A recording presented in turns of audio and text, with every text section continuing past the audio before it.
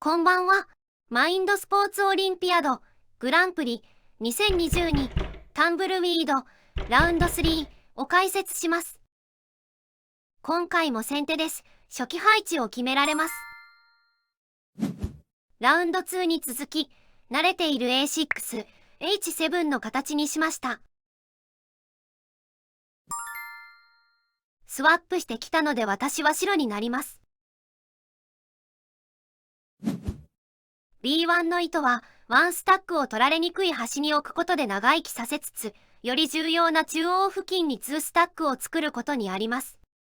ただ、そのために影響力の少ない場所に行って消費することになるので、本当に良い手かどうかは今後の研究次第です。E2 に置かれたことで、E4 に2スタックを置くことが難しくなりました。仮に E4 に2スタックを置いたとすると、G4 もしくは C4 から狙われ、守りを余儀なくされ厳しいです。ということで、かなり端の方ですが、C2 に2スタックを作り、E2 を狙っていくことにしました。G4 はうまい手です。E4 の赤の影響力が3となり、E4 に置けなくなりました。例えば E1 などで無理やり E2 を取りに行こうとしても、F2 などで E2 への赤の影響力を3にして取れなくしつつ、逆に次に E1 を取るカウンターを食らいます。一旦 E2 を取りに行くのは諦め、G4 を狙いに G6 としました。ただ、一直線の形で、うまく盤面全体に配置できていないため、どうにか陣地を広げていきたいなと感じていました。赤はうまく盤面全体に散らしつつ、狙われている G4 と連携させていて、素晴らしいです。ここでもやはり、H4 で G4 を取りに行っても、G3 のカウンターがあり、うまくいきません。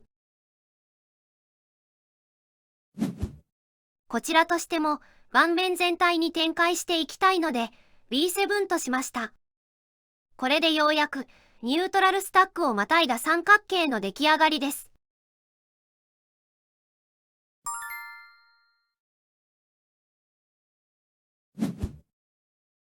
C7 は B6 を取る手になります。下への利きをブロックしつつ、先手を取れる手です。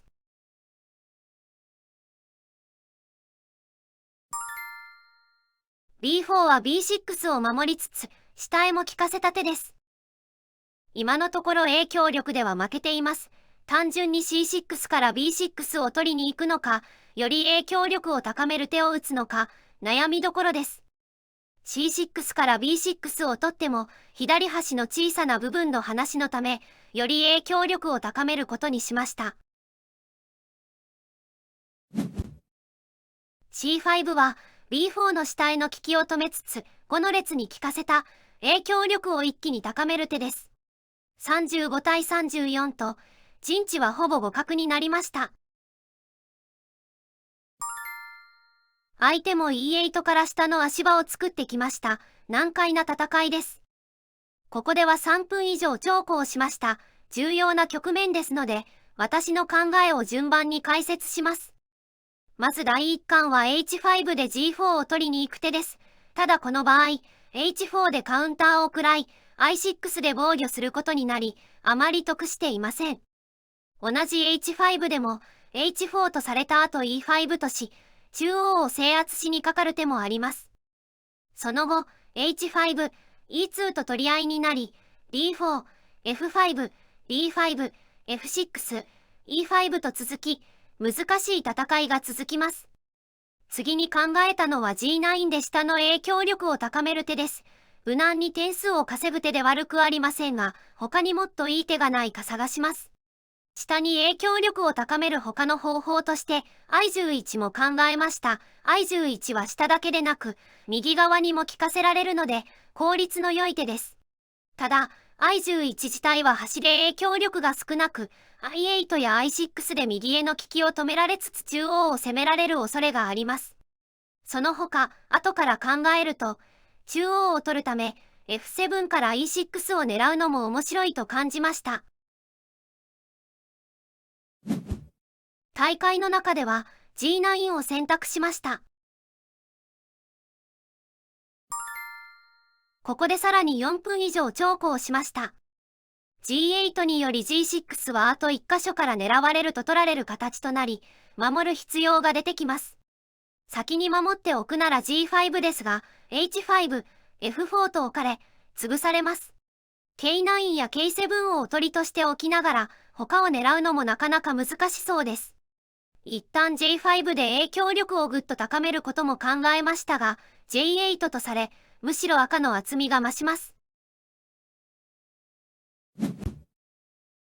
D6 は B6 を取る手になりつつ、次に E6 を狙う手、さらに D 列に効かせた手です。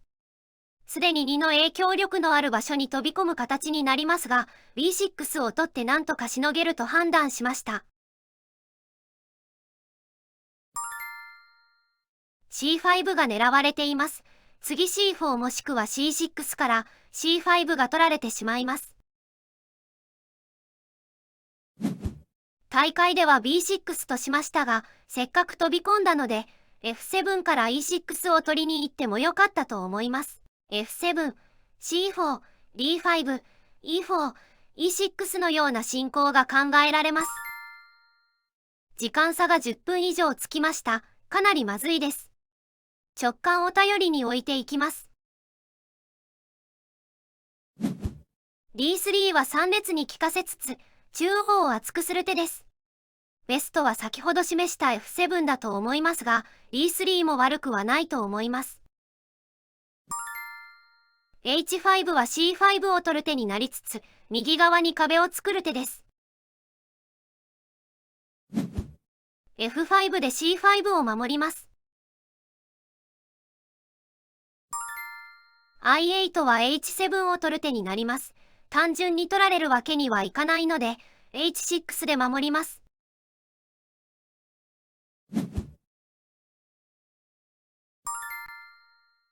F3 で右に壁ができてきました。E5 は E6 と E2 の両取りの手です。ついでにニュートラルスタックも取れます。局面はかなり有利になったと思います。あとは時間のない中、ミスしないように気をつけます。E4 で E2 を守ってきました。E6 を取ります。F8 で下にも壁を作り始めました。ただ、G9 がいるので、ニュートラルスタックを取れば、F8 を取れます。大会では C4 としてしまいました。E4 はいずれ取れるので、焦って取る必要はありません。むしろ、F9 とされて G9 を取られると、下がまずいです。下の壁もどんどんできていきます。F9 から下を支配される手には気づかず、E4 から右の壁を壊しに行きました。赤も G4 から突破されると崩壊するので、G2 で3の力にして守ります。時間がないので、直感のままひたすら攻めていきます。陣地の角は3スタックにする必要があるので、この守り方になります。直感を信じて攻め続けます。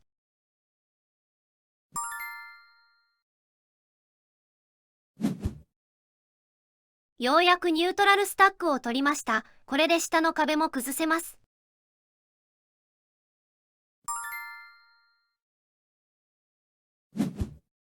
下の壁も崩せました。これでほぼ決まりです。あとは流します。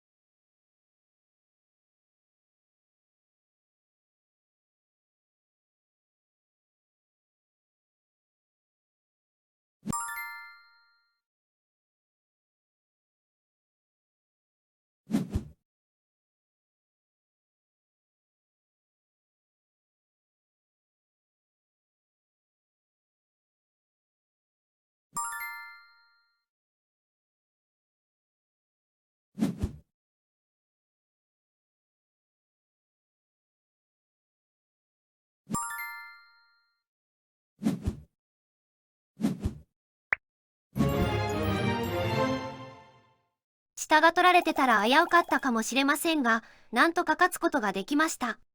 時間配分はもっと上手くならないといけないなと感じました。とはいえ3連勝、次も頑張りたいと思います。気になる手順やもっと解説してほしい手順があれば、ぜひコメント欄に記入ください。ここまでご視聴ありがとうございました。